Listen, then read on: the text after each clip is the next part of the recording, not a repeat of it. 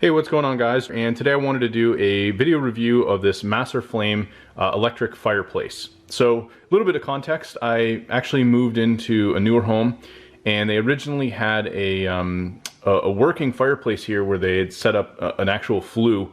It was about a 4 or 5 inch flue that went all the way up through this. Originally, when we moved in, there was actually tile that lined the front of this fireplace, and I decided to have that all removed and replaced with this vinyl. But what the last owners were doing was they had a fireplace that basically was sitting like a standalone unit that had piping that ran into this older fireplace that ran up the old chimney. I decided that I would have preferred to actually just fill this space with something because I didn't really want to heat this area with you know, wood pellets or actually physical wood. I just didn't want that extra maintenance. So we decided to opt for putting in like a mini split, which we have over here, and that's what we utilize to heat this space. So this is something you probably want to consider. You know, when I decided to buy this, it was more of for an aesthetic. There were a couple things that I ran into with this. One being, as you can see, it does not fit 100% perfectly. From left to right, you can actually see here there's an old indent where they had it was just like the cover with glass that surrounded this, is basically the surround piece, and it was a really nice piece, but you know, I thought this would be a little bit nicer where we could actually have this sort of fire effect. Another thing with this unit, which I'll note, is when I actually had all the tile removed, the contractor decided to use a grinder and a lot of dust came up, so I think some of that actually got into the unit, which is really unfortunate and really not much I can do about it. But overall, it still functions and works. So let me kind of break this review down into a few pieces for the unit itself. So in terms of packaging, this came really well packaged. It was basically all one big unit in a massive styrofoam piece. There was no assembly really required. You just had to take it out of the box. It came with a team lift box that had 2 handles on the end, and it was a very, very large box. I was able to easily bring it into the house with a second person. So no issues there. Nothing was dinged or dented. I actually ended up using some of the packaging material here in the bottom to kind of lift this up. But what I'll probably eventually do, and if you run into a similar circumstance, is I'm probably just going to have some 2x4s cut, put it at the bottom, and then that'll raise this up so it'll really fit and fill in this gap. And then from there, we're actually probably going to whitewash this entire fireplace, so that way it gives it kind of a nice look and it will match the walls and our floors a little bit nicer. So that's kind of the future plans. But in terms of functionality of this device, you do have right here this little, it's basically just a little metal piece that opens, and you can do all the controls right here on the unit itself. Now, it does come with a fairly thick wire that comes out, and in my case, I don't know how many people were doing this, but I just ran it through the bottom, which is one nice little convenient part of technically this not fitting properly. The closest outlet we have is over here. I did have to get an extension cable, which is actually quite a long one. That's why I've got a lot of wire here. But I plugged that in. It's just a basic, you know, 3-prong cable, as you'd expect, something like almost like a computer wire. And that's what I'm using to plug it in. Now, in terms of functionality itself, let's actually go ahead and turn it on. So you do have the flip switch there, but if I hit the power on this, it does give you a readout of the level that it's on, and then you've also got the actual fire effect. So I'll stand back here, and this isn't a super great representation because you can see there's actually in the background there some of the dust that got through when the tile was removed. So really unfortunate, but it does still work perfectly fine.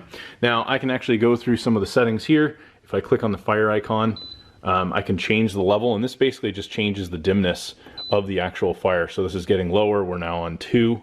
We were on 3. Now we're on 1. And then this goes back to 5. So we were on 4 initially. So this actually is the brightest setting. And then we do have a few other settings here. So this one, I believe, will change. This gets rid of that background. This gives it like a yellow effect. There's the blue and F2, and then this is kind of like a lighter, almost like purple, and then now we're off again. Now we have our heat setting, so this little heat setting here. So I can turn this on, and pretty much this goes low, high, or off. So if we have this at low, if you go out there and compare, basically all the heat's gonna come out here from the top. You know, this is about a 1500 watt heater, so I would say it's comparable. If you look around on Amazon or anywhere that you're looking for a heater, this is going to be very comparable to a space heater. Now, This unit works pretty good, but you know, given this space, this is a very large space here. You can see it's a fully finished basement. This is about 600, 700 square feet down here. So this thing is not really going to heat this area. It's really going to be supplemental heat, which is why I decided to add the mini split. So unless you're in a very small space, or maybe you're just looking for something to kind of heat like a small vicinity, maybe you've got your Christmas tree set up and you'd like a small area for the family to hang out as you're opening presents, this would probably do fine to heat that little area, but I would not expect it to be something to heat an entire massive space like the one that I'm in now. So if you're in a smaller space, probably do okay, add a little supplemental heat, but definitely do not treat it as like a full heating source. Another thing to keep in mind is, heating with this is probably going to be a lot more expensive than other traditional means of heating, like, through like say oil or something else, gas, anything else that you might have in the house. Definitely not going to be as efficient for electricity if you're keeping this on all the time. Now, in terms of some other functionality, you do have a timer here, so you could actually set this where you could set 1 hour, 2 hour, 3 hour, 4, 5, 6, 7.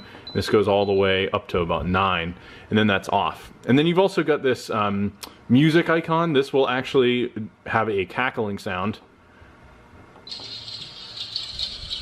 and it comes out of here. I would say this is probably the weakest part of the unit. It sounds okay, but it definitely doesn't sound like a real fire.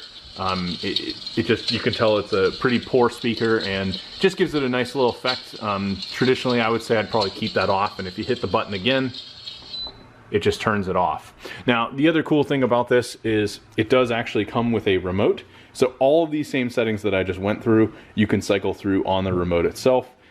Same with music, timer, the heat level, and then you can also change both the colors and the background effect of the fire, as well as power it off. So that's pretty much it for this unit. Overall, I would say it's a really nice unit. I do recommend it. I think they did a great job with it. It looks nice if you're looking for something to fill a space like this. And overall, if you guys decide to pick this up, I will leave a link below. You should see that right below this video. If you decide to pick up this fireplace through my link, I do earn a little bit of a commission, and I definitely appreciate that. You're going to pay the same, but it's going to help me out in a big way. So definitely make sure to use that link if you do decide to purchase this. And again, thanks for watching.